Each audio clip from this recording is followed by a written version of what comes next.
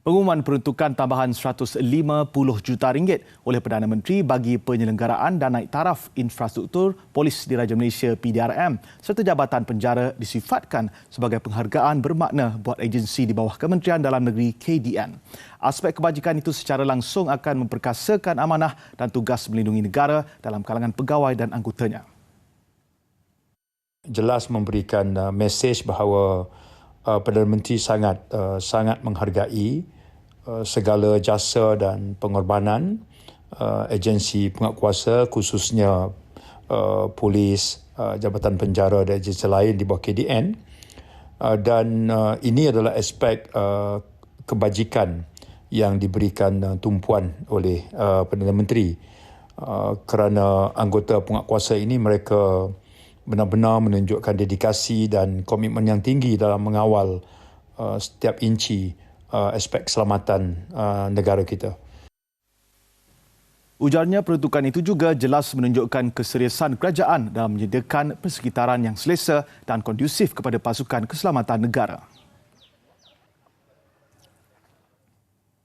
Bagi PDRM dan Jabatan Penjara, pengumuman itu mencerminkan keprihatinan kerajaan. Jaminan Datuk Seri Anwar Ibrahim supaya peruntukan itu disalur dengan kadar segera bukan sahaja mengutamakan keperluan, malah kebajikan agensi di bawah Kementerian Dalam Negeri KDN itu. Ketua Polis Negara Tan Sri Razarudin Hussein berkata, komitmen dizahirkan kerajaan itu amat dihargai khususnya dalam menaik taraf fasiliti dan infrastruktur yang uzur.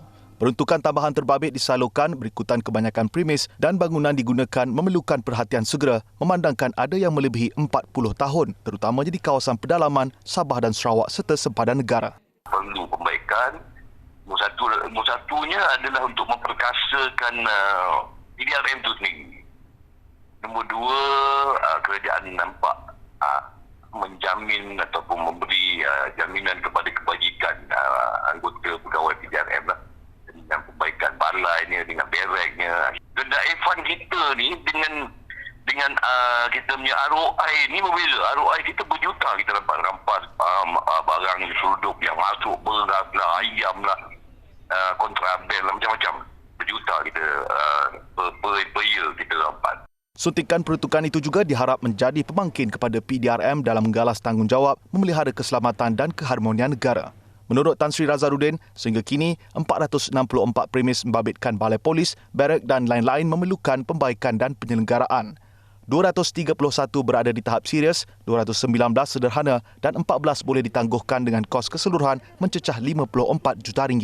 Ketua Pengarah Penjara Datuk Nordin Mohamad pula berharap peruntukan itu akan memberi manfaat kepada warga penjara sekaligus menyokong proses pemulihan banduan.